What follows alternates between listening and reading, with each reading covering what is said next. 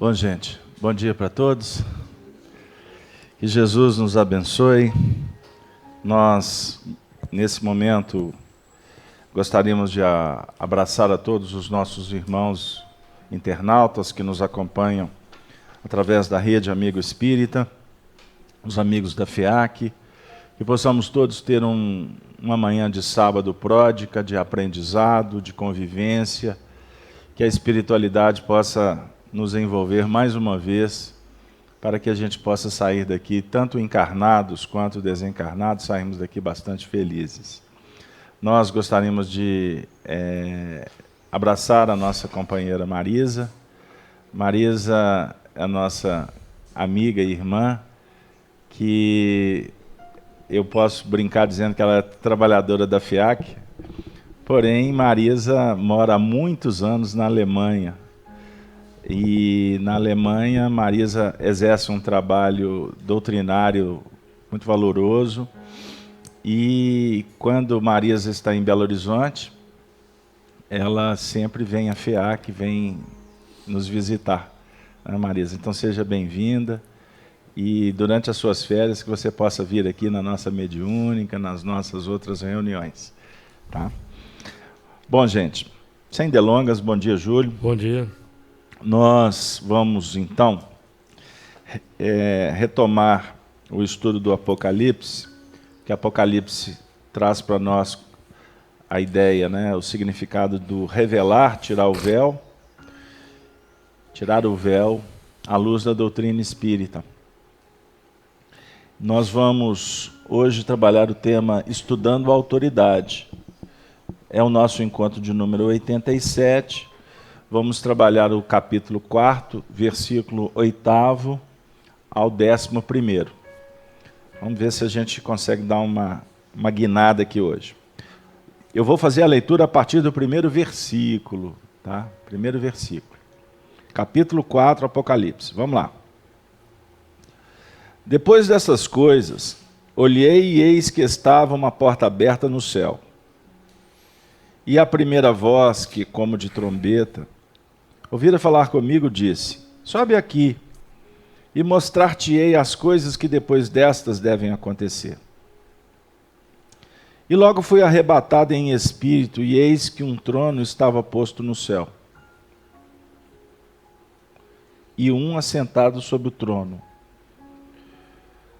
E o que estava sentado era, na aparência, semelhante à pedra jaspe e sardônica. E o arco celeste estava ao redor do trono, e parecia semelhante à esmeralda. E ao redor do trono havia 24 tronos, e via sentados sobre os tronos 24 anciões vestidos de vestidos brancos, e tinham sobre suas cabeças coroas de ouro. E do trono saíam relâmpagos e trovões e vozes, e diante do trono ardiam 7 lâmpadas de fogo, as quais são os 7 Espíritos de Deus. E havia diante do trono um como mar de vidro, semelhante ao cristal. E no meio do trono e ao redor do trono, 4 animais cheios de olhos por diante e por detrás. E nós ficamos exaustivamente durante 3 semanas trabalhando o versículo 7º. Aqui, Dora, pode sentar aqui. E o primeiro animal era semelhante a um leão. E o segundo animal semelhante a um bezerro, ou um touro, ou um novilho. E tinha o terceiro animal o rosto como de homem. E o quarto animal era semelhante a uma águia voando. Vamos relembrar rapidamente, com a promessa que é só relembrar. Senão a gente fica nos 4 animais de novo.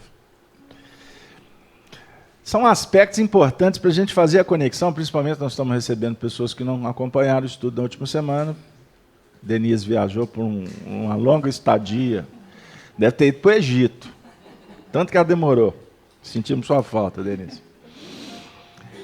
Os 4 animais representam para nós aspectos da nossa intimidade que precisam de ser compreendidos. O número 4 representa a reencarnação. Deus vos impõe a reencarnação com o fim de vos fazer progredir. Então, reencarnação é progresso.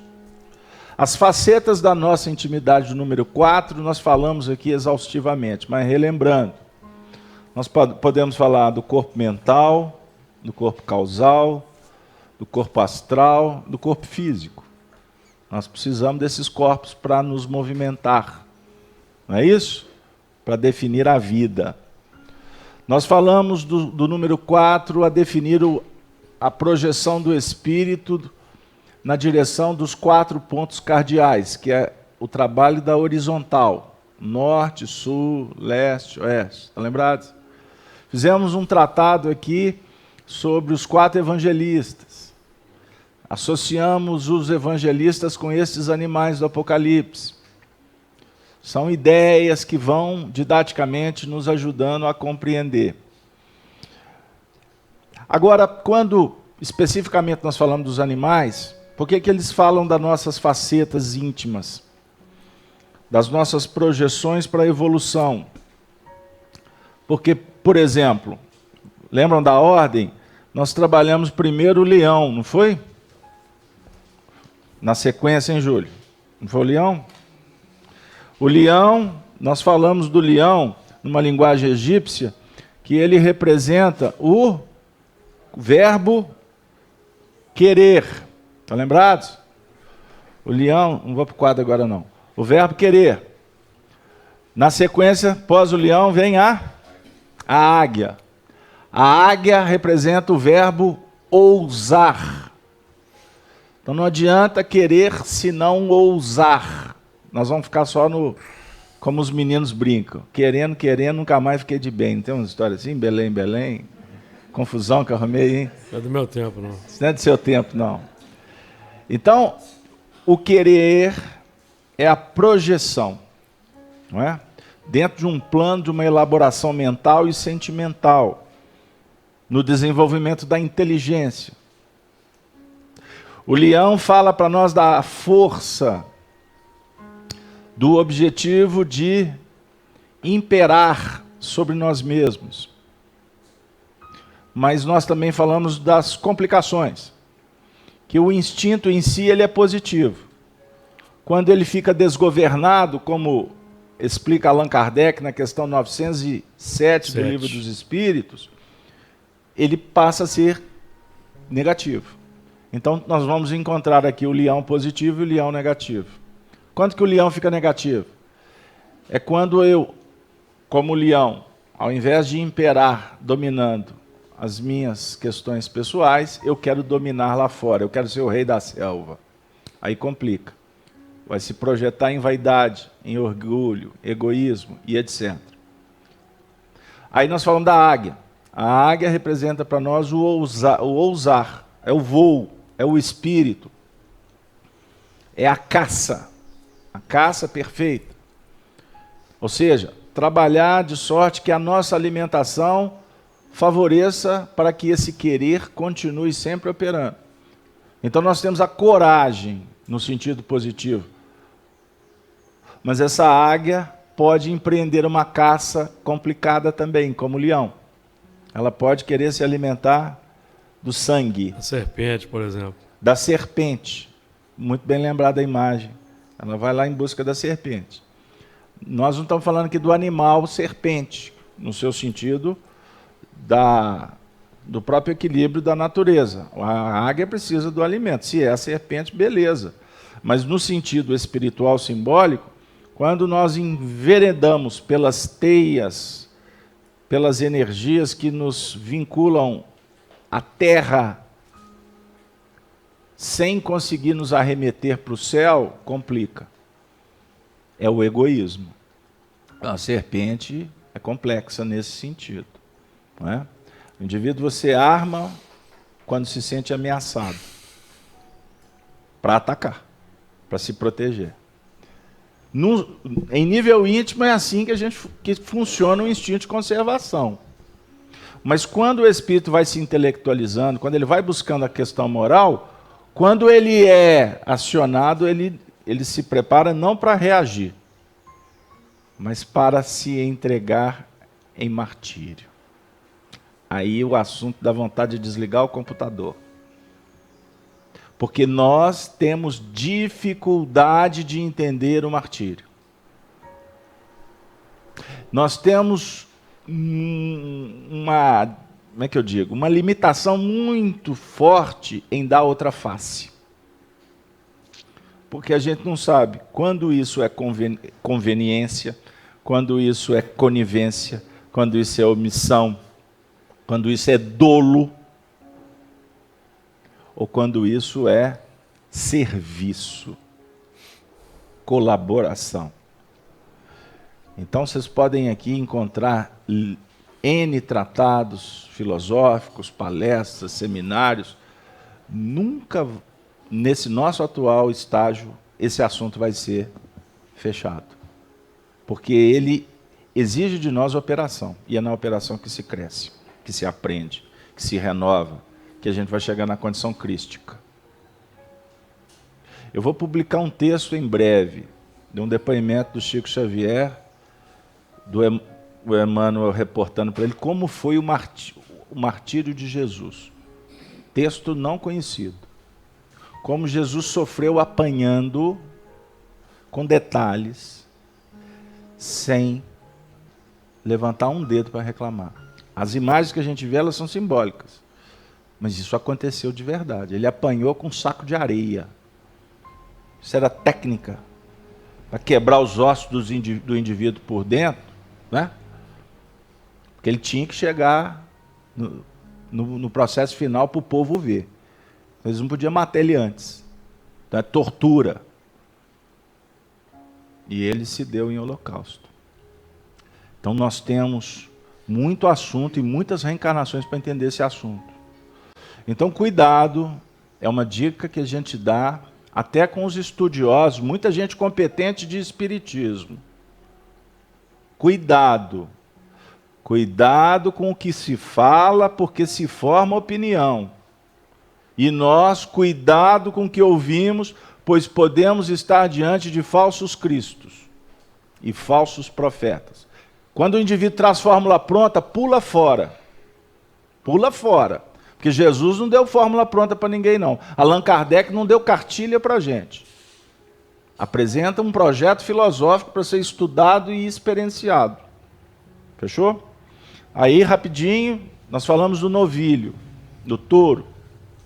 Coloca as patas na terra. As patas na terra. E entra nesse processo do holocausto, do martírio. Então, o holocausto, aí, fala para a gente da entrega. A novilha que vai ser tosquiada, não é? A ovelha. A ovelha que vai ser tosquiada. O bezerro é como se fosse um estágio para chegar na ovelha. No processo do sacrifício. Então você vê uma gradação. O bezerro ainda não vai com aquela renúncia, com aquela... Sem dúvida. Bom, então, é importante a gente entender... Sim. Não, mas é importante você estar lembrando que eu estou passando o negativo. Não pode passar, tem que passar didaticamente as duas fases, né? É fluxo e refluxo, é dualidade. Pincel, por favor. É a dualidade. Nós temos a unidade, que é o princípio básico da vida. E disse Deus. É a unidade. Haja luz. Aí nós vamos para dualidade. O haja luz, você projeta e a luz foi feita e viu Deus que a luz era boa. Então ele projeta a luz e vê que a luz é boa. Então tudo na vida é pautado na dualidade. Ação e reação, homem e mulher, macho e fêmea. Deus os criou. Fiz-me claro? Então no aspecto negativo, que na realidade negativo depende do ponto de vista, como um amigo espiritual nos disse aqui na segunda-feira, quando eu fiz uma indagação filosófica. Ele respondeu, tudo depende do ponto de vista. Então, o negativo para uns pode ser positivo para outros. O que importa é a reação ser analisada sobre a ótica educativa. Toda lição na vida nós temos que procurar o lado bom dela e observar o que pode ser negativo. Se me permite, um aspecto negativo do Bezerra, o positivo é que ele já traz a capacidade de ser conduzido por um pastor. E o negativo é que ele se deixa conduzir por qualquer pastor. Por qualquer pastor. Muito bem lembrado. Porque a ovelha conhece a voz do seu pastor. Por exemplo, quantos não foram arrebanhados aí em várias partes do mundo por um pastor equivocado lá no Oriente Médio e formou o Estado Islâmico? Saíram da Europa de uma condição de civilização, de uma condição de mundo que caminha para a regeneração, e ouviram uma voz da complicação e retornaram para os aspectos primitivos. Então, é só para... O assunto obriga que a gente seja cuidadoso. Da mesma forma, a voz dos primeiros cristãos era de propagar o cristianismo. E logo, desde os primeiros tempos, começou a haver a corrupção. E foi adulterado os princípios que eram simples e filosóficos e amorosos. Porque Jesus não propôs que fundasse o catolicismo. O catolicismo é uma adulteração da mensagem essencial. Que, sob o ponto de vista positivo, eu posso tratar como não adulteração, mas como materialização do que é essencial. Fiz-me claro? Todas as religiões. Martim Lutero seguiu as linhas que foram iniciadas lá atrás e que, historicamente, quem levou à fama foi John Wycliffe, na Inglaterra. Depois, Jerônimo de Praga e John Hus. Foram estes que começaram a reforma, porque o catolicismo tinha complicado a vida deles. E eles não estavam concordando com aquele sistema. Aí, mais à frente, surgiu Lutero. Daqui a pouco, Calvino. Aí começam as interpretações. Hoje você tem mais de 300 linhas interpretativas que foi fundada a partir de uma necessidade de melhorar, de progredir. O Espiritismo, ele nasceu puro, genuíno, com Allan Kardec. Allan Kardec desencarnou, o Lemarie, que ficou conhecido na história do Espiritismo para os brasileiros, principalmente, como foi um missionário que deu continuação. Hoje nós estamos descobrindo que ele que foi que adulterou o Espiritismo e por isso o Espiritismo acabou na França e chegou no Brasil todo errado e se tornou uma doutrina de religiosos. E não é isso que propõe o Espiritismo, embora ele tenha os seus aspectos da religiosidade, que na realidade é comunhão, é coração com coração, mas não é prática. Então nós fazemos a prece inicial, alguém pode falar assim, olha lá o culto espírita. Não é culto espírita, é uma reunião de estudo espírita, que tem-se a prece para abrir a nossa conexão com os bons espíritos, porque precisamos ser bem secundados. Fechou? Aqui, durante a reunião, nós continuamos em oração, porque nós estamos com o pensamento em busca da elevação. Mas nós estamos estudando. Tem espíritos aqui estudando? Tem. Mas tem espírito também sendo tratado, porque quando nós estamos trabalhando com essas frequências energéticas, elas podem favorecer quem está com fome ou quem está com ferida. Então não tem misticismo nenhum nesse processo. Ah, entrou alguém que quer milagre, que está aqui porque está com uma doença, porque está com isso e chega aqui. Jesus, aqui é o templo. Ótimo. Na concepção dela.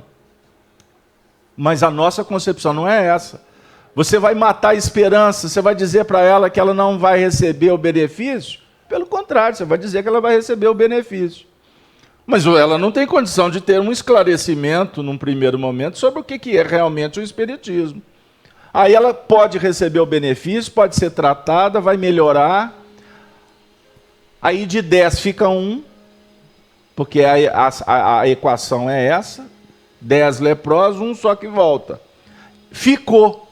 Opa, Jesus fala assim, chegou a hora dela. Então agora, minha filha, toma. Vem cá.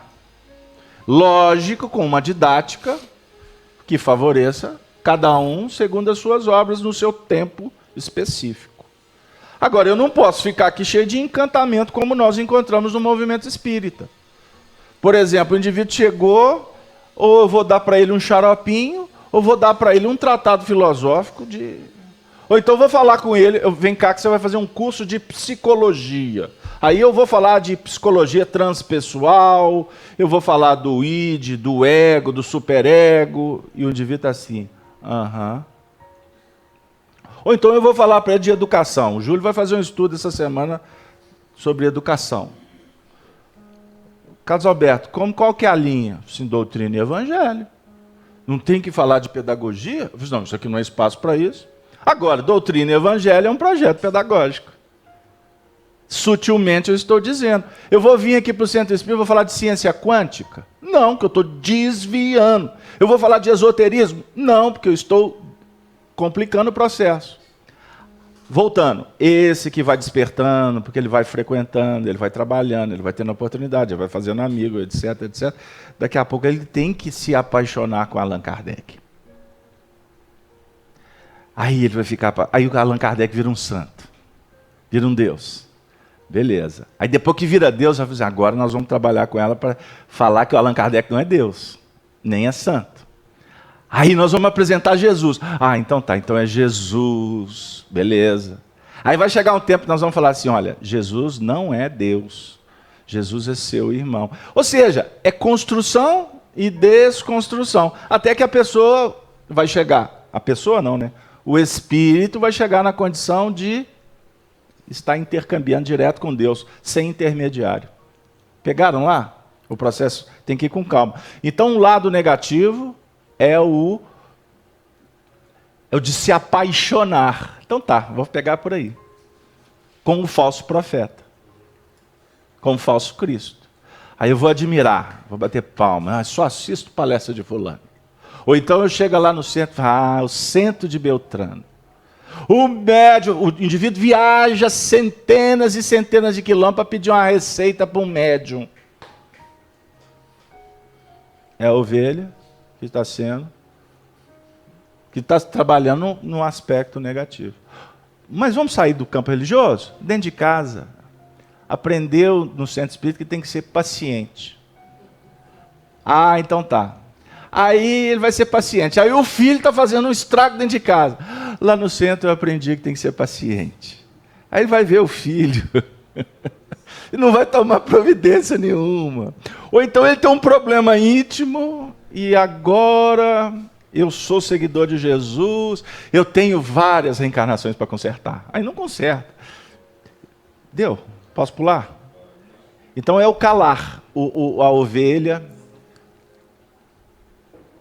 Essa ovelha está me dando trabalho. Viu? É a ovelha, o touro... É porque nós somos bodes ainda, por isso dá trabalho. Pois é. Então é o lado complicado. E qual que é o outro? O outro animal? Uai, gente. É o homem, né? Então nós temos aqui a unidade, a dualidade e nós vamos ter a trindade. E o homem, portanto, vamos colocar o homem aqui, representando o homem no seu sentido de homem encarnado, mas com projeção para o homem espiritual, que é essa trindade numa base que estará sendo regida pelo verbo saber. Então, repetindo, leão, querer, a águia, ousar, o novilho, o calar, e o homem, o saber. Pegaram aí? E aí, Júlio, foi por isso que o Honório me acordou de madrugada. Olha aqui. Então nós temos o 3, se eu multiplico ele por 4... 12. 12. E o 12 é 1 mais 2, né? É o 2 aqui é 1... Então tá, Júlio, não complica a minha vida não, mas tudo bem. Você vê que tudo... Você vê que o negócio... Eu brinco com ele, viu, gente? Abre e fecha. Abre e fecha. Mas quando ele fecha de novo, já está fechado um patamar mais amplo. Aí abre outra vez. Aí abre outra vez. O dia e noite. É. E qual que é a ideia? Cadê o outro pincel? Eu preciso de outra cor. Aí, quantos anciões que a gente já estudou lá atrás, que vamos entrar nele daqui a pouco? 24. São 24 anciões. Então é esse 12 vezes 2. 24. São 24 anciões, certinho? Agora você pode dividir o 24 por 3, dá? 4. 8. Dá o cubo. Oi? Dá o cubo. Dá o cubo? É um quadrado em cima de um quadrado. Fala, Dora.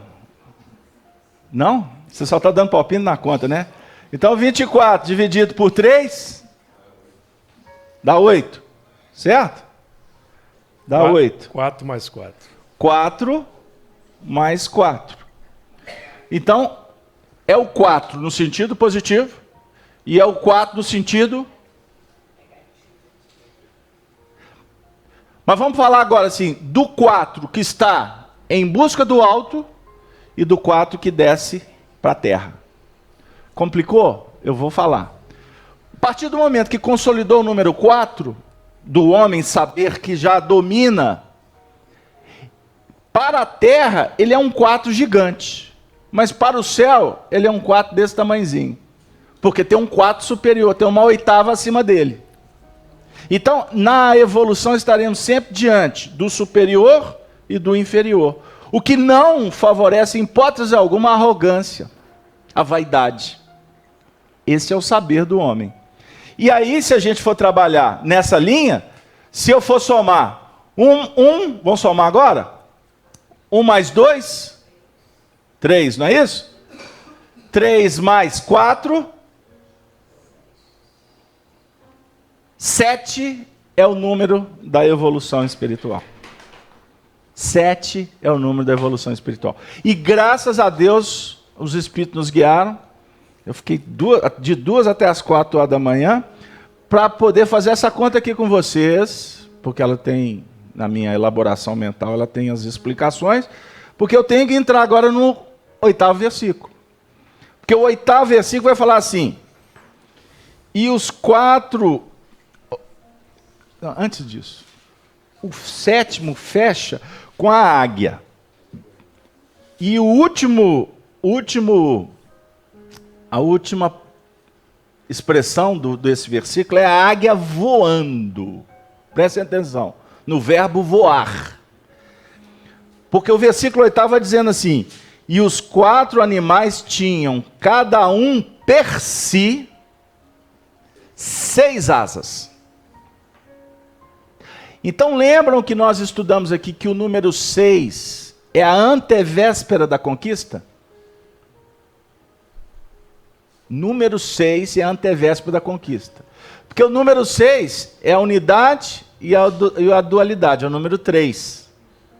2 vezes. É a mesma coisa, fluxo e refluxo. Então o número 6 é o penúltimo dia da semana. Que estaremos entrando no último dia da semana. O que está acontecendo agora na humanidade? Esse próximo milênio agora que nós estamos, esse milênio que nós estamos vivendo é o milênio 7º. É o último milênio de uma etapa de 7.000 anos, conforme as profecias. Então é um milênio de definição. Não é milênio que vai acabar o mundo não, por favor. É um milênio de definição. Então, todas as vezes que vocês ouvirem falar assim, estamos na era da regeneração. Isso é simbólico, porque nós não estamos na era da regeneração. O mundo está caminhando para a regeneração.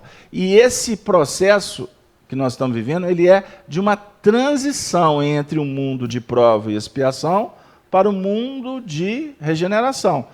O processo da transição, simbolicamente, ele está demarcado em 1000 anos. Então, o que você está fazendo aqui hoje? O que nós viemos fazer aqui hoje? Ligar o microfone, colocar livro aqui, ligar a câmera, colocar a mesinha de café, encontrarmos socialmente, faz parte, não faz? Mas você veio aqui porque você está na hora de mudar intimamente. Porque é o que está acontecendo com a sociedade. Nós estamos voando há muito tempo. Só que agora esse voo precisa de ser capacitado. Fechou? Qualificado. É preciso ser qualificado. Porque se não for qualificado, nós vamos sair daqui. Nós vamos voar para outro orbe. Nós vamos voar para outro lugar. Como aconteceu com os capelinos, simbolicamente. Porque não é só capela. Os espíritos que vieram de outros orbes. E esse número 7, portanto, é a última semana de um mês. De 4 semanas. São 4 semanas. Cada semana tem 7 dias?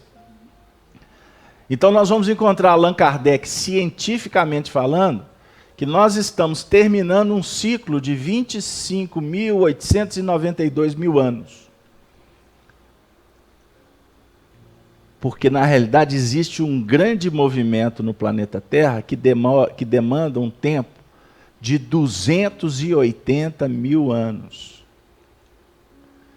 Nesses 280 mil anos, olha para vocês verem o que eu vou falar aqui. Será que vai complicar? Vai não, né? Nós estamos fechando um ciclo de 28 mil. Então, se você dividir 280 por 28, faz essa conta aí para mim. Você é bom de cabeça aí, Gerson? Né? 10. São 10 ciclos. 10 ciclos. Agora, olha que interessante. Vocês sabem qual que é o número completo da matemática?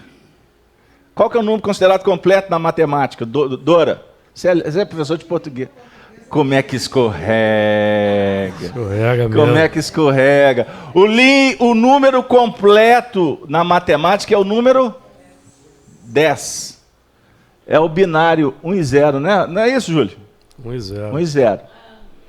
Como é que você chega nesse número completo? Basta você trabalhar com esses 4 números, você vai chegar. Hein? Eu não vou dar pronta a conta para vocês, não. 1 mais 2? 3 mais 6?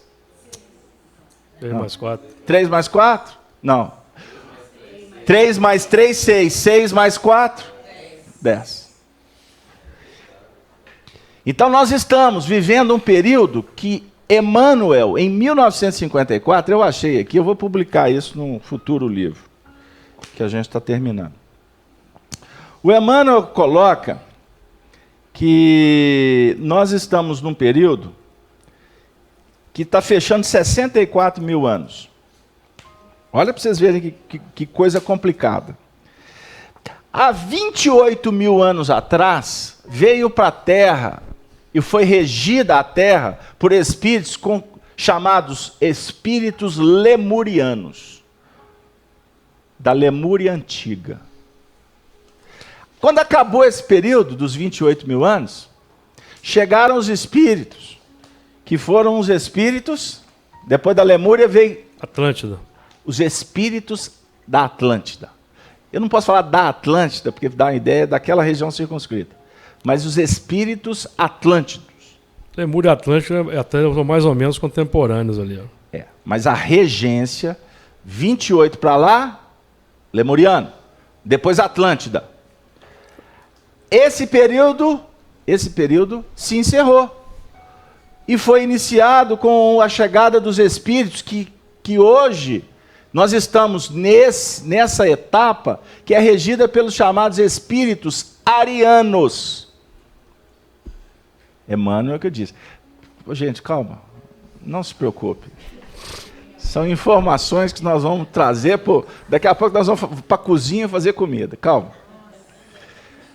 Eu preciso de dar dados, porque são registros históricos que nós precisamos de divulgar em caráter do Apocalipse.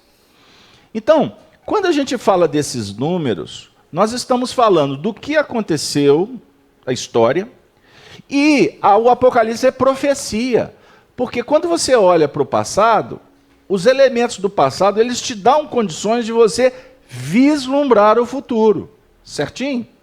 Então, nós estamos no último período de uma etapa que eu vou ficar preso aos 7 dias da semana, de 7 mil anos, que começou com a queda de Adão, a chegada da raça adâmica, conforme está escrito no Livro dos Espíritos, 4.000 anos, depois 2.000 anos com Jesus, nós estamos agora entrando no sétimo, no último período, certinho? Então esse período é um período chamado período de luzes, período de transformação em todos os setores. Então o que o materialista configura como um período de treva, para o espiritualista não é, é um período de luz. E é muito fácil explicar isso. Você só identifica a treva quando tem luz. Se não tiver luz, você não identifica a treva. Então nós temos percebido o seguinte, que agora é o período em que está se acendendo um grande holofote. Eu falei isso aqui semana passada, não falei? Um grande holofote. Aqui a gente tinha uma lâmpada que iluminava o planeta. Agora se acendeu um holofote. Então lá naquele quarto de despejo, onde que você guardava as coisas, que você tinha uma lâmpada de 40 velas, para você estava tudo organizado lá, de vez em quando você passava um pano e etc. Estava tudo bonitinho. Mas se você coloca essas lâmpadas de 100 watts, vai aparecer a sujeira. Certinho? Então, nas profecias, os estudiosos, eles vêm demonstrando isso, fizeram essas previsões e agora elas estão se apresentando. O problema é que as interpretações é que desviam.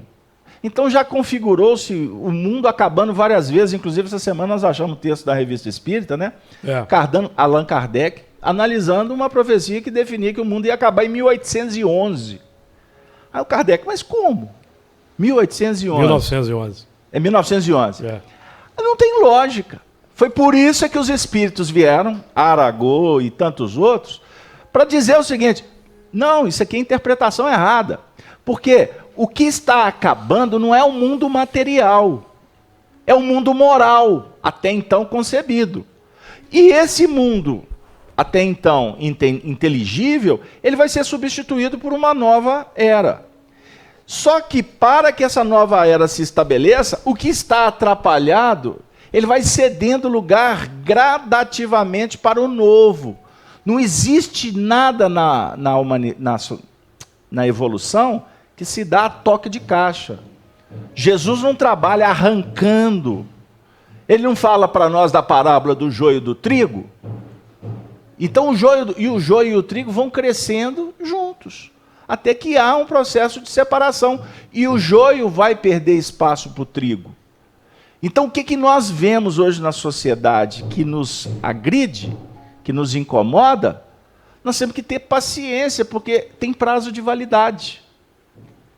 Os comportamentos que são incoerentes, absurdos, eles vão ceder espaço para o ético, para o estético, para o belo, para o divino, para o romântico.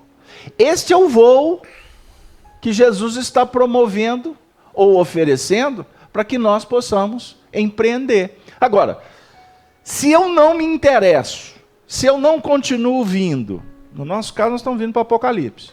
Eu estou vindo aqui porque eu quero entender isso. Eu não quero saber, viu, Casalberto, que esse negócio de 28.000 anos, esse trem aí me confunde. Tudo bem. Mas eu quero saber, Casalberto, por que meu marido está surtando de vez em quando. Eu quero entender por que eu estou tendo uns problemas que eu não consigo resolver. E, ficar falando que é só karma, eu não aceito. E eu vou dizer, e você está certo. Não é só karma. Calma. Né? Calma. Porque existem muitas coisas que estão envolvendo esse contexto. Agora, quanto mais você tiver informações, maior condições você terá de implementar um voo superior. E os 4 animais tinham cada um per si 6 asas. E ao redor e por dentro estavam cheios de olhos. E não descansam nem de dia nem de noite, dizendo, Santo, Santo, Santo é o Senhor Deus, o Todo-Poderoso, que era, e que é, e o que há de vir. Então, vamos prestar atenção, eu vou passar para o Júlio. As 6 asas. Ô, Júlio, as 6 asas, o que você acha? Eu vou pôr você para pensar. Eu vou abrir um texto de Isaías. Aí, eu não combinei nada com ele, não. Ele está com o texto de Isaías aqui. Para poder entender, você vai ter que ir Isaías. Isaías dá uma... Observem bem o que o profeta Isaías define no capítulo 6, para quem quiser anotar. Isaías 6, 2. Não vou ler o texto inteiro porque o tempo não permite.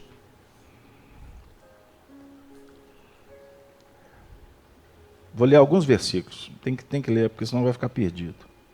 No ano em que morreu o rei Uzias, eu vi ao Senhor assentado sobre um alto e sublime trono. Olha o trono aqui. Um alto e sublime trono. E o seu séquito. Séquito, o que é séquito? Os que estão em torno. Os que estão seguindo. E o seu séquito enchia o templo. Então o templo estava cheio. O que se destacava era o trono e aquele que estava sentado sobre o trono. Para nós, quem está sentado sobre o trono? O Cristo. Não é isso? O Cristo. Então podemos dizer que o séquito são aqueles que o acompanham. Então nós estamos falando aqui de autoridade. Certo? E o interessante é que esse templo estava cheio. E aqui o Isaías está tendo uma vidência. Ele está vendo a imagem. Então isso já diz para nós que o médium vê, mas não significa que o médium está lá dentro. Mas o médium já tem um pezinho lá. Isso, inclusive, nos mostra como que nós nos equivocamos quando idolatramos. Na atualidade, o erro que se comete é idolatrar o Chico Xavier. Porque quem não estuda evolução coloca o Chico Xavier lá do lado do trono. E na realidade ele só está vendo o trono. Eu estou falando o Chico como símbolo, certinho? Vocês sabem quem que é o mentor dos médiuns?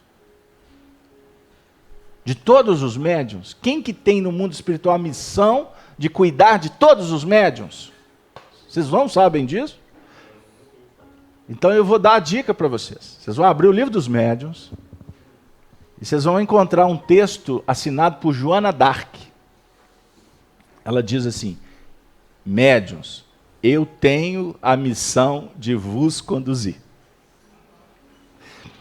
Observe, os 12 discípulos de Jesus, teve um, que foi Judas, que estava lá dentro, mas e que saiu fora, porque ele traiu Jesus, não foi? Então, na realidade, ele não saiu fora. Simbolicamente, dos 12, ele é que estava vendo, mas ele ainda não estava encorpado no processo. Pegaram aí? Então, que para muitos Judas foi o complicado, para Jesus, Judas estava à porta do paraíso. Mas ele ainda não conseguiu. E com o passar do tempo, depois das lutas, das duras penas, porque é complicado você estar diante do trono e virar as costas para o trono. O que aconteceu com Judas? Desencarnou de uma forma difícil, etc. Depois reencarnou sofrendo. Aí depois reencarna como médium para ver de novo o templo. Só que agora, esse médium estava praticamente sozinho, porque ele tinha que adquirir autoridade para voltar lá para dentro do templo. Joana d'Arc se torna médium do Espírito São Luís, né, de tantos outros, para trabalhar numa batalha campal, batalha da terra, porque lá atrás ela foi convidada para uma batalha do céu e ela não deu conta. Então tá, então se você não dá conta, vamos voltar, o voo não pode ser para lá, o voo tem que ser para cá. Você vai ter que recomeçar.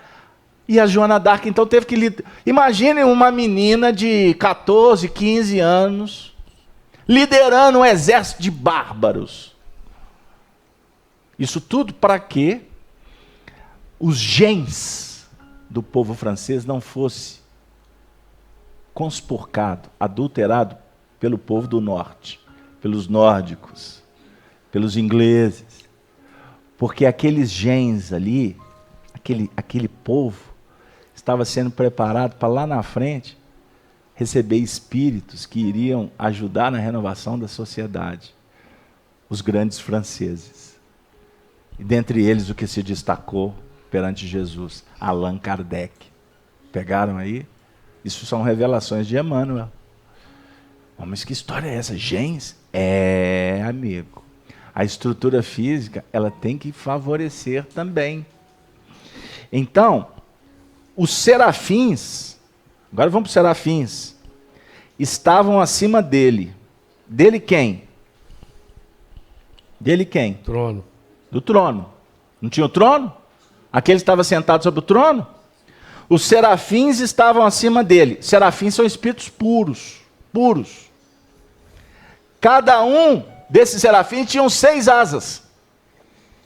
Com 2 cobriam os seus rostos, e com 2 cobriam seus pés. E com 2 os serafins voavam. Problema seu agora. Nós temos que nos lembrar aí da casa mental, né? Dos 3 departamentos da casa mental. Que André Luiz, por exemplo, estuda no livro No Mundo Maior, em que nós temos o subconsciente, que é o repositório do automatismo, da evolução, dos impulsos automáticos, o campo consciente, que é o trabalho do hoje, a visualização do que precisa domar as inclinações más colocadas a serviço do voo espiritual, e o campo superconsciente, de onde nós recebemos valores divinos. Então, as 6 asas, no estudo do nosso caro Honório Abreu, 2 cobriam os rostos, 2 cobriam os pés, e 2 para o voo elevado. Então, por exemplo, as percepções mediúnicas naquele tempo foram fechadas, não foram? Não temos a célebre proibição de Moisés. Então, 2 cobriram as bases anteriores, né? Da evolução, do que foi feito, do trabalho mediúnico, que significa aí os pés, a base, o passado, porque nenhum de nós aqui tem condições de vislumbrar o que fizemos no passado. Por isso que nós não nos lembramos. Se nós nos lembrássemos aqui do que cada um fez, se eu me lembrasse do que eu fiz, automaticamente eu me lembraria do que a nossa amiga Regina fez, e a convivência talvez fosse difícil. Ainda bem que você pulou para lá. Não é? Dando exemplo aqui. E olha que ele me soltou por todo lado e foi proposital, que ia piorar. Então hoje nós temos a mediunidade abrindo o terreno. 2 asas aí promovendo. Então as asas funcionam como um sistema de defesa e sistema de voo. Sistema de defesa e sistema de voo. A asa protege, né? Fecha, protegendo um arcabouço. Quando a asa está fechada, sistema de proteção de um arcabouço psíquico, por exemplo. As aves colocam os filhotes. Os filhotes, né? O filho do...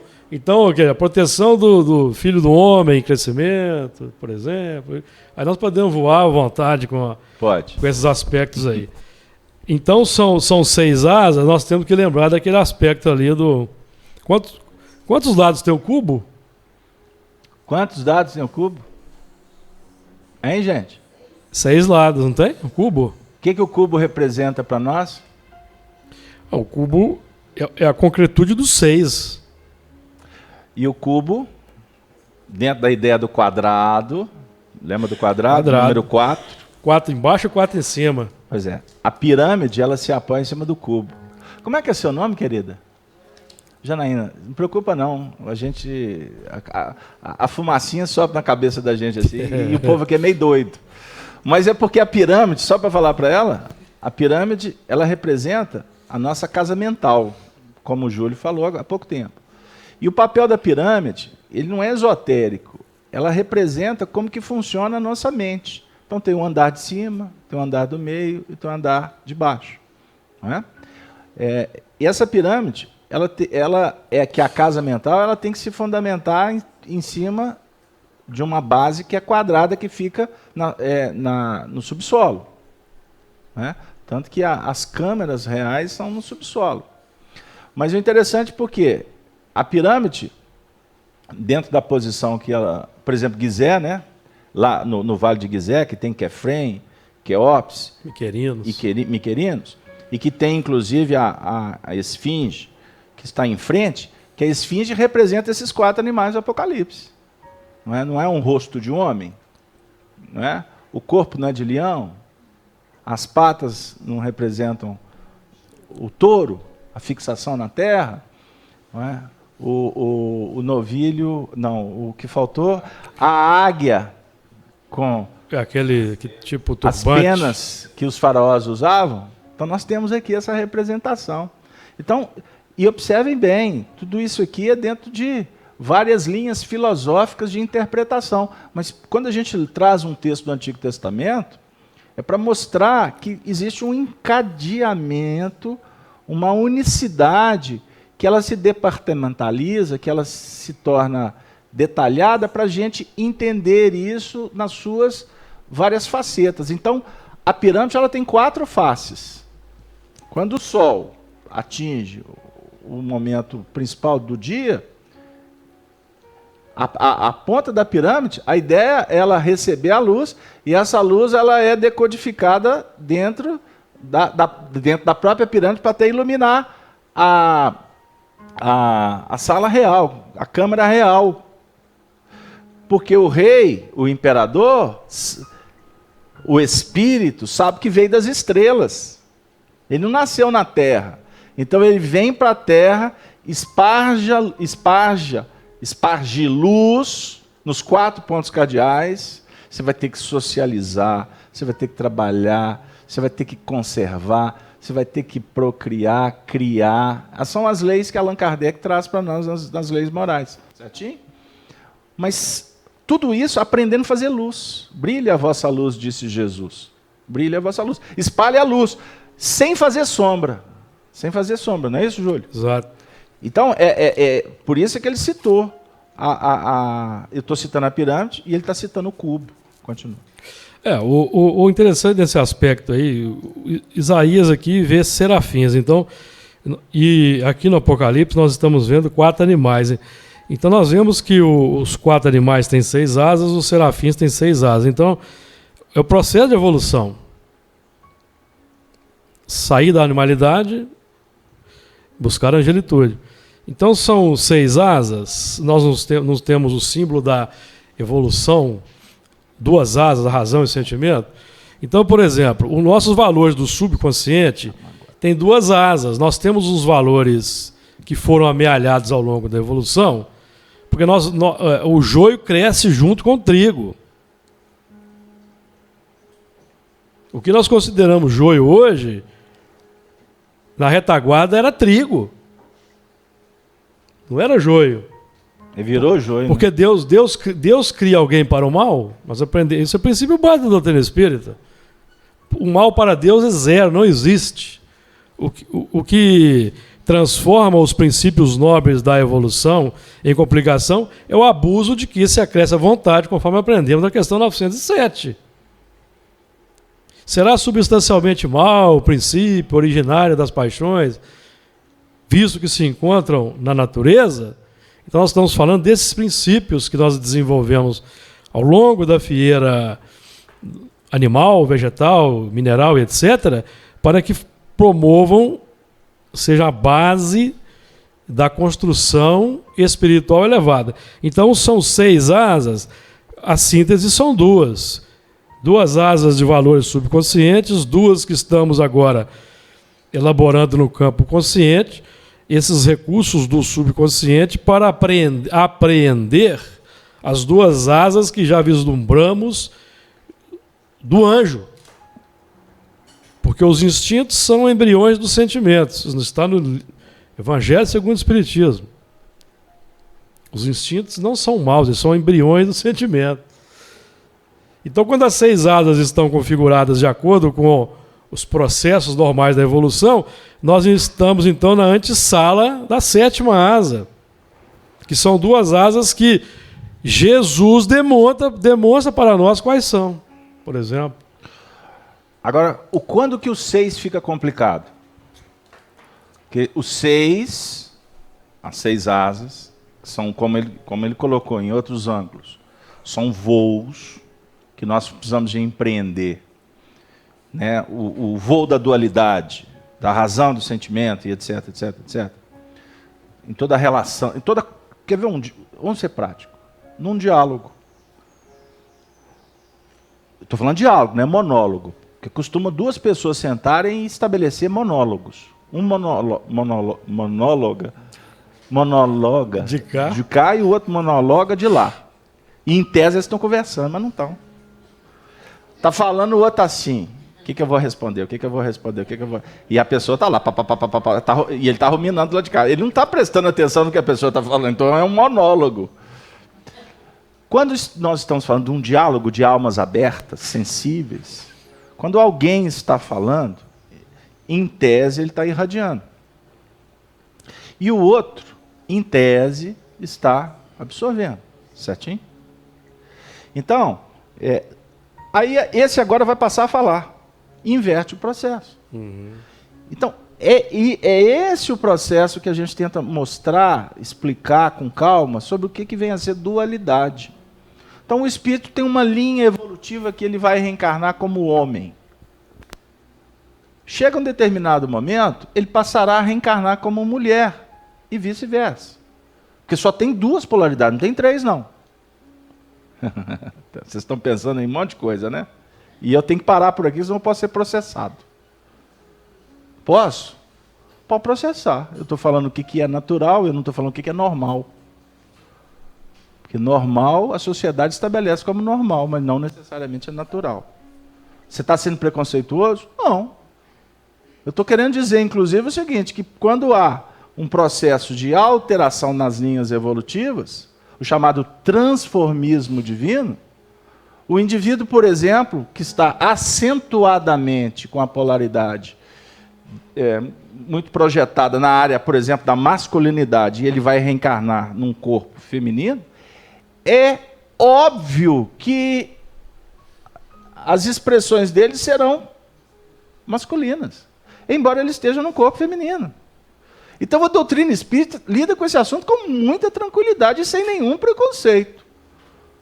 Agora, nós não temos que admitir ideologias de gênero, por exemplo, que querem trazer confusão na cabeça das pessoas, trazendo ideias esdrúxulas, porque aí é fruto teratológico. Você, por exemplo, falar para uma criancinha que ela não é mulher ou que ela não é homem, ou que você tem que colocar ela num ambiente que isso fica misturado.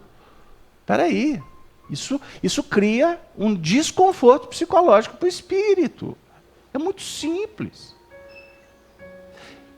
Então, quando o espírito está vivendo esse processo intermediário, ele precisa de carinho, estímulo, orientação. Posso mudar de assunto? Porque eu não posso deixar as coisas no meio termo. Só para esclarecer, fechou? Então, as asas, ou as 2 faces, por exemplo, quando a asa está na face, cobrindo o rosto. O que o Honório falou lá no dia 26 de setembro do ano de 2000? Está cobrindo o rosto, está resguardando os arquivos. Resguardo. Porque vamos falar da face. A face. O Paulo diz assim: quando eu era criança, etc, etc, mas quando eu me tornar homem, verei a verdade face a face com o Senhor. Mas estou me referindo aqui à primeira carta aos Coríntios, no capítulo 13. Porque como criança eu precisava de leite. Exato. Mas como homem a alimentação é outra, a verdade é outra, a autoridade vai se... Jesus diz assim: eu e o Pai somos um. O que ele está dizendo? Que ele e Deus são o mesmo Espírito? Não. Mas que ele, na sua condição de evolução máxima para nós, porque para outros mundos superiores ele pode estar no primeiro degrau. Mas para nós, vamos tributo e honra a quem ou ao que de direito. Eu e o Pai somos um. Ele está refletindo. a luz, como se... Lembra que a gente falou aqui da pirâmide? Ele está refletindo a luz na sua autoridade. Nós, quando a luz chega, a gente pode até dizer um pouquinho para os outros que tem luz, mas apresenta muito mais sombra. Quando eu tenho dúvida, o que é que eu estou fazendo lá? Será que eu devo continuar? Você está demonstrando o quê? Que você não tem convicção no que você está fazendo. Então, ressignifique, reavalie os seus sonhos, os seus ideais, porque de repente o seu problema está exatamente nos ideais. Embora existam fragilidades emocionais, que qualquer ideal que eu escolho, eu vou ter dúvida.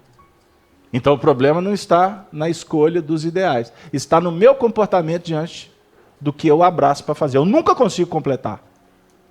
Então eu tenho que ter a coragem, eu tenho que ter a maturidade de enfrentar os meus limites. Eu preciso de consertar isso. Porque se eu não consertar isso, ninguém vai consertar. Agora, se não tiver coragem, se não ousar, se não entender, e se não colocar os pés, as patas na terra e trabalhar com humildade, não vai chegar lá. Mas a face, ela representa para nós aspectos extraordinários. Porque, por exemplo, você, através da nossa face, nós temos os olhos e os ouvidos, que nós vamos registrar. Não é?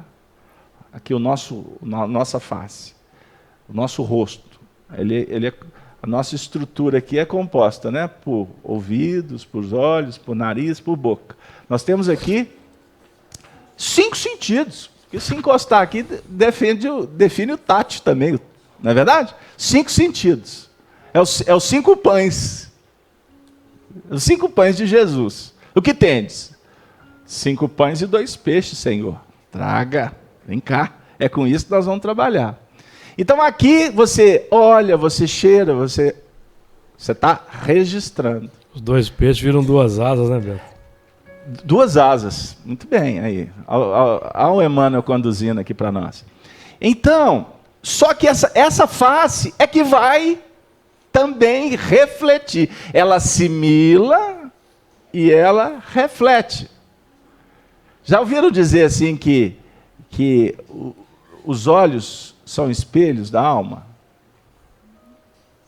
Você conversa, você identifica muitas coisas pela expressão facial. O Lavater, né? Lavater mesmo, né? Acho que é. Francês, que falam até que foi a reencarnação do Eurípides Bassanufo, ele desenvolveu a ciência da identificação, da leitura corporal. Então, isso é verdade. Então, como que a pessoa senta? Você quer identificar o comportamento psicológico da pessoa? Presta atenção nas mãos dela. Presta atenção. De repente o indivíduo está mentindo aqui e pela mão você está vendo a verdade da mentira que ele está promovendo. O indivíduo que não olha no teu olho. Por que ele não olha no teu olho? Ele é tímido? Ele está fugindo? Ele está mentindo? Ou ele está obsedado? Ele está doente? Ele está com déficit de atenção? Ele está com a visão difusa? Isso, para o especialista, são indícios interessantes para se apreciar. O indivíduo que senta, você está conversando com ele, ele está assim. Né? Por que ele está com o braço cruzado?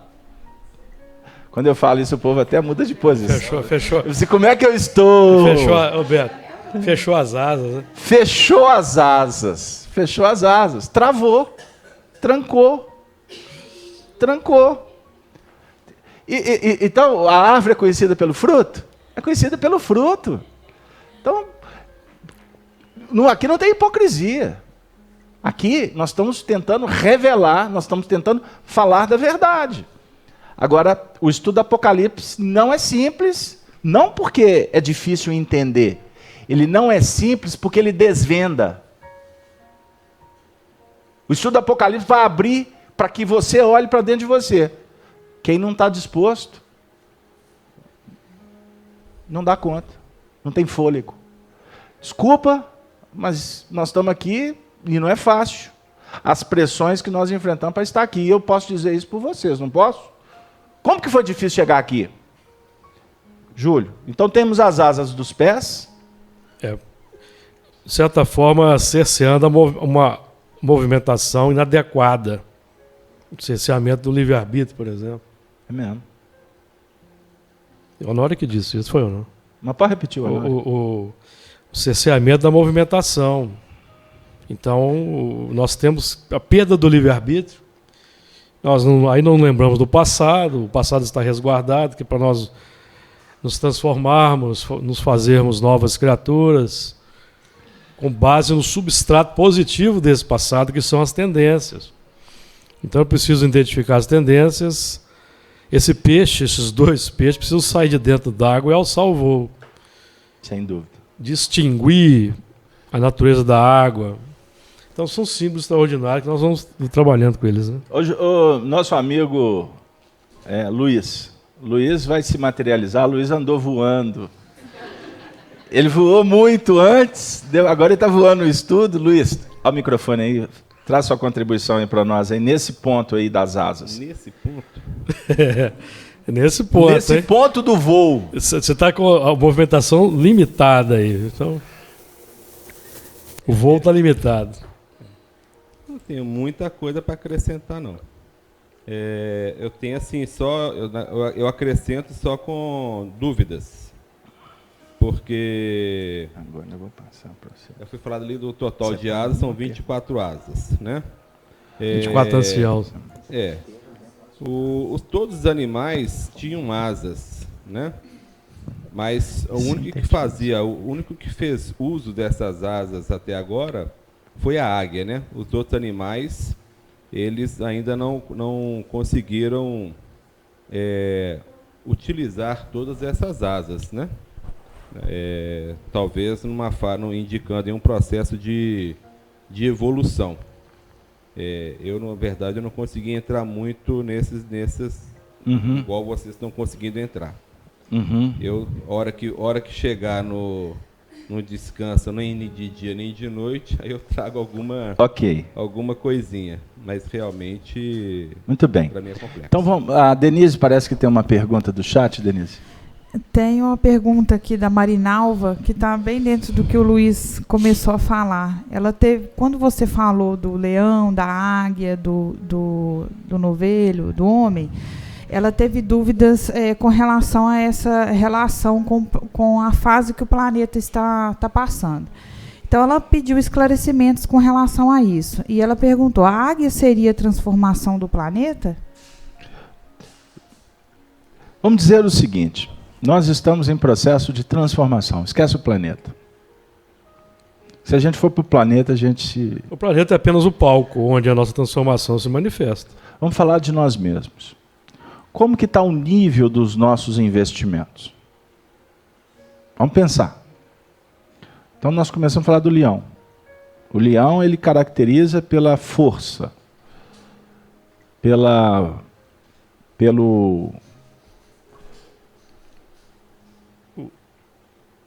o arroubo instintivo em tomar posse, por exemplo. No aspecto positivo, como é que nós estamos empreendendo as nossas forças? Para o bem, para a nossa evolução. No aspecto negativo, como que nós estamos sendo ferozes com o próximo? Eu estou investindo essa força para o meu melhoramento ou para engolir os outros? Para mentir? Para corromper? A mentira é um dos aspectos da adulteração da lei. E nós podemos mentir de várias formas. Numa simples mentira social, a gente pode estar estabelecendo um painel de sombra. Quer um exemplo? Você encontra com uma pessoa e fala assim, nossa, que saudade. Você não está nem lembrando da pessoa. Ela nem passa na sua cabeça e você vai falar para ela que está com saudade dela. Quanto tempo não te vejo? Não é? Que falta que você me faz? Ou nas relações. Mentir. Toca a campainha lá, fala que eu não estou. O Oswaldo Abreu batia muito nessa tecla. O o pai viveu falando para o filho, o telefone tocava, antigamente tinha os telefones fixos, né? Hoje é só celular, né? Maioria, né? Fala que eu não estou. Aí o filho ia lá. Aí com 16 anos, ele começou a mentir para o pai. Aí o pai, mas você está mentindo para o seu pai? Mas o senhor me ensinou a vida toda a mentir, pai. Qual que é o problema eu mentir para o senhor também? A vida devolve. Então, o interesse pessoal, o egoísmo, são pontos que muitas vezes o leão representa a força. Agora, nós estamos usando a mesma força para vencer os nossos problemas? Então, todos os animais apresentam esses aspectos. Não é? Tanto o leão, a ovelha, nós falamos disso. Então, não vamos pensar no que está acontecendo lá fora, porque lá fora representa o que está acontecendo aqui dentro. Para a gente mudar. Não fica esperando presidente, deputado, vereador mudar, não. E vou dizer para vocês, não pensem que o Brasil é o país da corrupção, não, porque a Alemanha também é. Os Estados Unidos também são. Todos os países têm corrupção, tem mentira. Quem sabe aqui, Deus está nos provendo que o holofote está maior do que está na Alemanha. Eu estou pegando a Alemanha porque a Marisa está aqui. Aqui tem evangelho, né? Aqui tem evangelho para a gente trabalhar com o evangelho. Olha lá na China, na Coreia. Qual que é a maior potência do mundo hoje? Caminhando para ser, né? A China. Olha o regime que direciona a China. Poderia militar, é ali. O negócio não é simples, não. Você está falando de escravidão. Porque muitas vezes falam assim para a gente. Eu estava conversando outro dia com o Marco Aurélio aqui. Mas o chinês trabalha muito e ganha pouco. Lá é o regime de escravidão. O Marco Aurélio virou para mim e falou assim, pois é, Carlos, as pessoas, nós, brasileiros, temos dificuldade de entender isso. Qual que é a cultura deles? Será que eles se sentem escravos? A cultura dele é trabalho. Qual que é a cultura oriental? Não é do esforço? Trabalho. Não é do trabalho? Então, o que para nós aqui é escravidão, nesse sentido, para eles lá é idealismo. Pegaram lá? Agora, por que nós estamos reencarnados aqui com essa liberalidade toda? Que nós passamos pelo guante e o Senhor disse assim, agora vamos aliviar para vocês, vai lá para o Brasil. E lá vocês vão ter evangelho. Lá vocês vão ter praia. Marisa saiu de 0 graus. Marisa me contou uma história que ela, há um tempo atrás, entrou em depressão porque tinha 6 meses que ela não via o sol. Isso ela me contou quando eu estava na casa dela, na Alemanha. Tinha que ir para a academia e receber luz, não é? Porque não tinha sol. Luz do sol. Vamos entender, gente, o mecanismo evolutivo, para a gente verificar que Deus nos coloca no lugar certo, para conviver com as pessoas certas, na hora certa.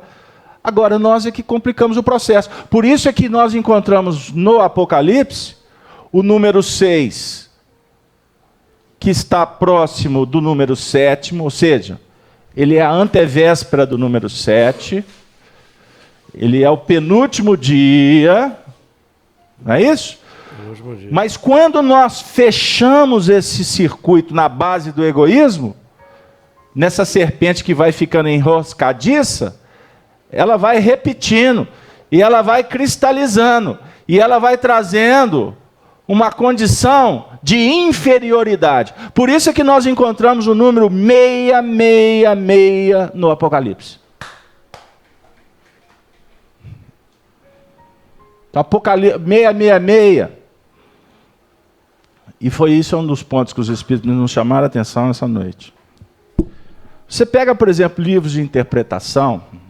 Foi uma aula que eu tive, inclusive sobre aquele livro que você conhece. Quando você pega, por exemplo, interpretações do Apocalipse, que o indivíduo fala assim, por exemplo, 666 é o número da besta. Está escrito, é mesmo. Ah, então 666 nós podemos colocar a Igreja Romana, a Igreja Católica como 666, porque ela deturpou a mensagem. Quando a gente for estudar esses números, a gente vai ver que você encaixa muitas coisas. Inclusive o título do Papa, nós vamos chegar na somatória do número 666. Existem muitas coincidências na história que se estabelece o 666. Mas, ou seja, equações que foram vistas pelos profetas, principalmente Daniel. Mas esse 666, ele na realidade você não pode trabalhá-lo de uma forma fechada. Importa é o símbolo dele, porque toda vez que você fecha a interpretação e diz que você está errando. Então, quando ouvirem falar de guerras e de rumores de guerra, não acrediteis, porque ainda não está no tempo. E eu estou me referindo aqui agora com vocês ao sermão profético do capítulo 24 do Evangelho de Mateus. E naqueles tempos haverão falsos cristos, falsos profetas, e haverá desolação, etc. Mas cuidado, porque ainda não chegou a hora. A hora só o Pai sabe.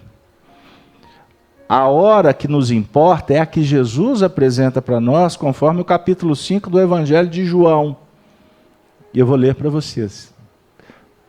Que é extraordinário isso aqui. Eu fiz esse trabalho lá no Grupo Sheila, quinta-feira, que eu fui falar sobre perdas de dia de finados. Versículo 25. Diz assim: em verdade vos digo, que vem a hora, e agora vem a hora, mas eu estou dizendo que agora em que os mortos ouvirão a voz do Filho de Deus, e os que a ouvirem viverão. Nós estamos nos tempos que nós estamos ouvindo a voz dos mortos. Os mortos estão nos falando. Quais mortos? A era do Espiritismo? Sim. Os mortos passaram a falar de uma forma aberta. Certo? Só que nós já estamos chegando numa outra fase, porque para nós o Espiritismo está consolidado. Para a grande massa, não. A grande massa está indo assistir encontro com médium psicografando mensagens de mortos. Chico Xavier era procurado por caravanas do interior e das capitais. Uberaba, depois que o Chico desencarnou, entrou em falência o sistema hoteleiro. Falência. Porque rolava rios de dinheiro hospedando aquela multidão toda. O Chico não tinha nada a ver com isso não, tá bom, gente? Deixa eu esclarecer. Para nós, agora nós estamos querendo ouvir outros mortos, não os desencarnados. Chega a hora que os mortos falarão. Os valores internos, né? Os valores internos. Mortos para as virtudes. Nós estamos mortos para virtudes, você lembrou muito bem. Então, Marisa, eu venho no Centro Espírita porque eu estou em busca de certeza que existe vida após a vida? Não. Isso para nós é papo furado, né? Vamos falar assim. Para nós é tarefa. A gente vem aqui conversar com os espíritos. Nós viemos aqui conversar com os espíritos superiores? Não. Embora eles se comunicam. E isso vem de lá para cá. Nós estamos numa casa que fala um pouco do que foi a Sociedade de Estudos Espíritas de Paris. Então nós temos espíritos que se comunicam aqui, que se comunicaram com Allan Kardec lá atrás. Com a tutela dele. Nossa, agora você vai para o caldeirão do Hulk. Não tem problema não. Mas nós temos que entender o Espiritismo tal como ele é. Isto é o mais importante para nós? Não. O mais importante para nós é cuidar de quem sofre. Porque quando eu estou cuidando de espírito sofredor, eu na realidade estou cuidando dos meus sofrimentos. Eu não venho aqui para escutar Emmanuel, para escutar Palminha, Zé Grosso, né? Deixa eu pegar na linha aqui do Grupo Sheila, do Movimento da Fraternidade. Né? Fritz, né? Aqui o Werner, os alemães que trabalham aqui, ouvi os Inconfidentes que foram fundadores dessa casa. Nós não vimos aqui para ouvi-los. Nós vimos aqui para ouvir os mortos que estão realmente mortos. Aí eles dão umas palhinhas. Por quê? Continuando. Porque os mortos que estão mortos, eles falam dos mortos que estão aqui dentro. Então, quando eu estou enxugando uma lágrima de quem está sofrendo, eu estou enxugando a minha, Marisa. Ou então estou me preparando para enxugar a minha amanhã. Porque amanhã quem pode estar lá no Vale da Sombra sou eu. Vocês viram como o assunto é complicado?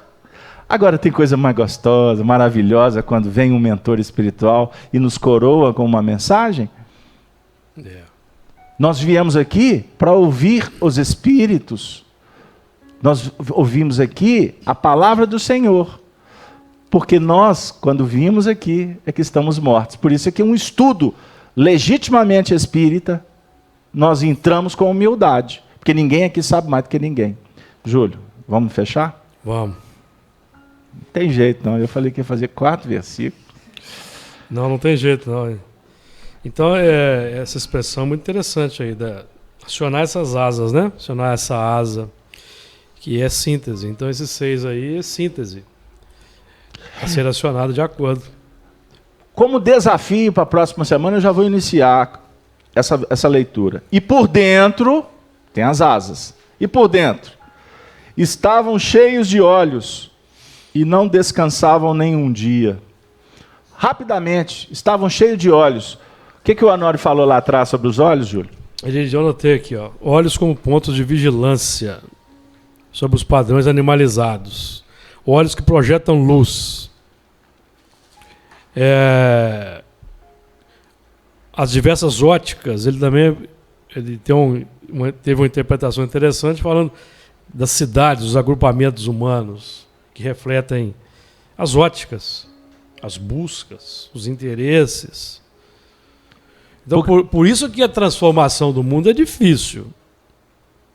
Porque nós lidamos com a nossa concretude. E nós buscamos fora a concretude de fora de acordo com a concretude de dentro. Então, Allan Kardec diz lá, os Espíritos dizem na questão 914, que primeiro precisa se combater o orgulho e o egoísmo, depois as instituições que lhe dão incentivo no mundo.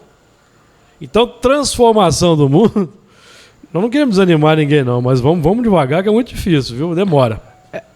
Mas vamos ser prático? Você tem lá na sua casa um controle remoto.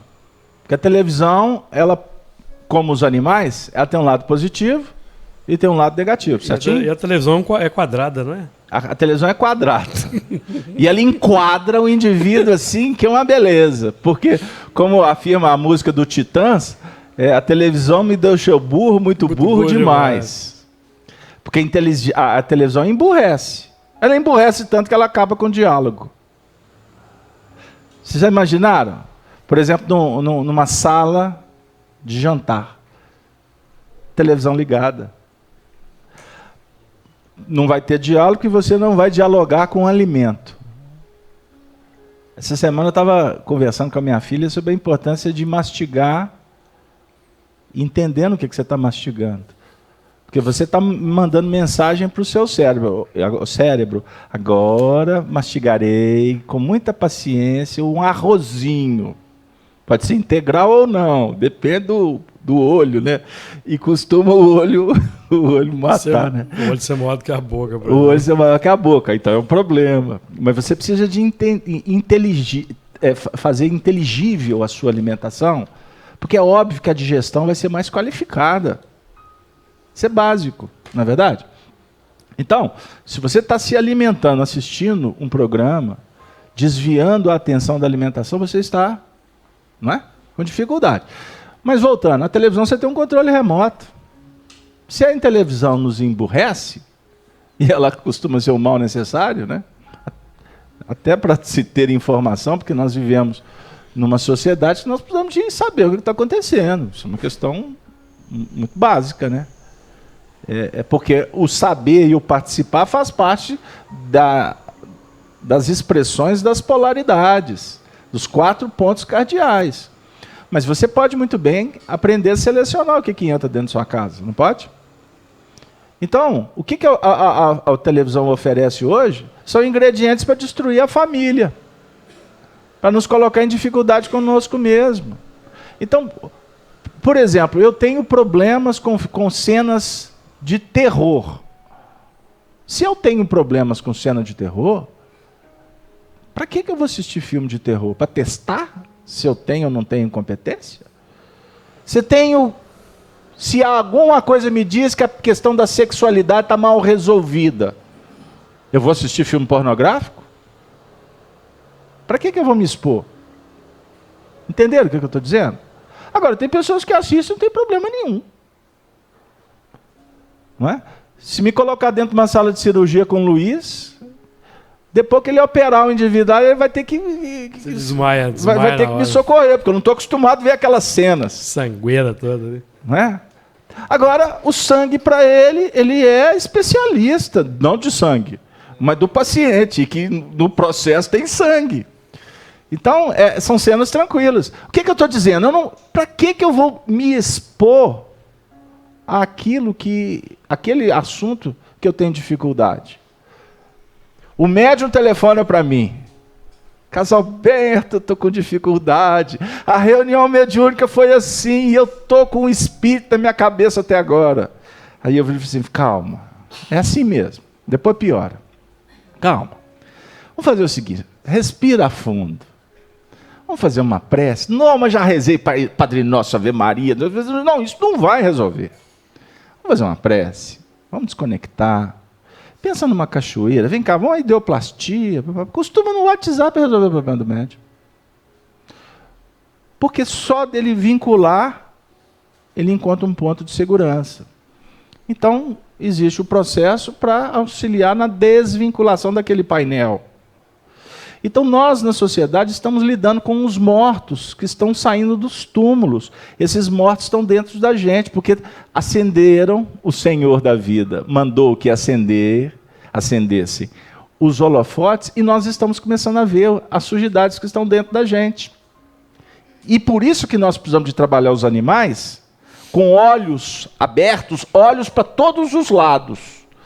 Como a coruja, que tem a capacidade, né, de enxergar 360 graus, ou a águia com aquela velocidade de empreender aquela caça fantástica, certeira.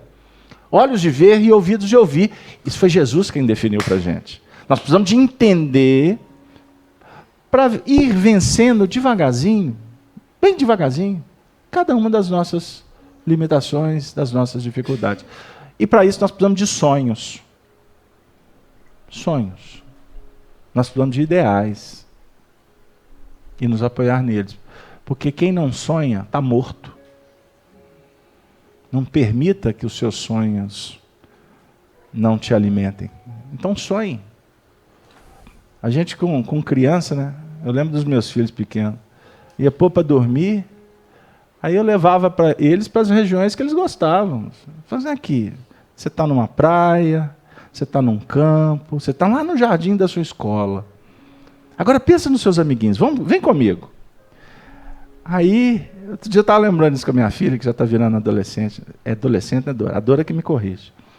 Pois é. Aí ela está virando adolescente. Você lembra, filhinha, que eu punha você num balão, aí tinha a Xuxa, olha para você ver.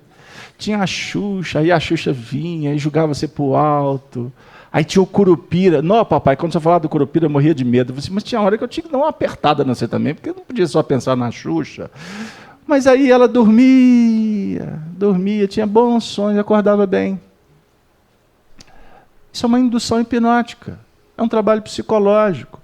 Então os espíritos trabalham assim conosco, e nós precisamos de trabalhar assim conosco mesmo. Então na hora que você for dormir, faz uma prece, mentaliza um quadro legal, leia uma boa página, sabe? O Honório disse para nós lá atrás, e eu vou repetir, nós precisamos de, como espíritos, olhar mais o que está acontecendo como espíritos. Porque você vai dormir pensando em tudo que acontece no seu dia. Começa a se libertar disso. A sua mente você pode, através da sua mente, se projetar para onde você quiser. Então começa a escolher ambientes que favoreçam. E quando você acordar com o ensinamento que o Espiritismo te oferece, preste atenção em como foi a sua noite. Preste atenção se você teve ou não teve bons sonhos. Se teve bons sonhos, boas experiências, se inspire nelas para ter um bom dia. Agora, se você não teve uma boa experiência, não permita que essa experiência negativa te conduza nos seus comportamentos, porque pode ser força das trevas. Nós podemos estar sendo guiados pelos espíritos, que quando nós estamos do lado de lá, a gente está face a face com eles. Então, como o nosso fôlego ainda é muito curto para estar face a face com Deus, quando estivermos com os espíritos atrasados, inferiores e que não querem o nosso bem, que a gente aprenda a fazer luz no coração deles, a partir da luz que a gente faz nos nossos próprios comportamentos. Ai, Jesus amado, Júlio, esse Apocalipse não vai acabar nunca. São só 22 capítulos. Só 22 falta capítulos. pouco. Olha, nós vamos fazer um trato. Semana que vem, nós vamos concluir o versículo 8º e fazer o versículo 9º. Pode ser um trato? Registre. Registre para não ser falso no cartório. Vai lá, porque se vocês não ajudarem a empurrar a gente, minha filha... Quando o Júlio começa a voar, eu falo assim, Jesus, o Júlio voou. Não, Aí quando eu começo a voar, ele fala assim, ele não está cumprindo tudo que ele prometeu. Mas tá bom, é assim que a gente está, assim que caminha a humanidade, né? Eu agradeço a presença de todos, de coração. Gostaria de agradecer a presença da nossa companheira Marisa. Marisa é um coração muito querido por todos nós. Agradecer aos nossos amigos do chat. Eu estou vendo ali que a Denise teve dificuldade, porque muitas manifestações, né, Denise? Mas nós vamos pedir perdão, desculpas, né, ao pessoal, porque é muito assunto. Mas vamos ver se na próxima semana a gente consegue atender mais o chat. Eu gostaria de, para encerrar, eu vou pedir hoje que a Marisa faça a prece final por nós, Marisa. E depois você faz as observações finais do chat. Combinado? Então passa para ela, por nós. Querido Pai Maior, querido Mestre Jesus, queridos amigos do mundo espiritual, obrigada por essa 1h30 de estudos, por todas as informações que nós recebemos. Nós temos tantas coisas para aprender. Menos mal que nós não vivemos uma vida só, porque uma só não basta. Que possamos todos levar conosco o que aprendemos hoje. E o mais importante é tentar colocar tudo isso em prática. Desejo a todos uma boa semana, abençoados pensamentos depois dessa reunião. E obrigada, mais uma vez, por tudo que aprendemos, por tudo que sentimos, pelas emoções que sobem com o que aprendemos, que mexem com aquilo que, como foi dito hoje, os mortos dentro da gente são as nossas sensações de coração. Muito obrigada. Amém. Gostaríamos de agradecer a presença dos nossos amigos no chat, o Aragão, a Marta, a Diana, Liliane, Marinalva, Cleus, Helena, Ederson, Nita, tantos outros irmãos que carinhosamente participam conosco. E existem alguns dias que não são realizadas perguntas, mas esses irmãos eles estão assim de corpo e alma junto conosco e vibram intensamente pelo nosso estudo. Então, a cada um que possa se sentir abraçado por todos nós e o nosso agradecimento por estarem aqui conosco. A cada um aqui presente, ao dos nossos amigos espirituais também que se encontram aqui junto a nós nesse aprendizado, nós agradecemos e que possamos ter um excelente final de semana, chegando aos nossos lares melhores do que aqui adentramos. Que assim seja.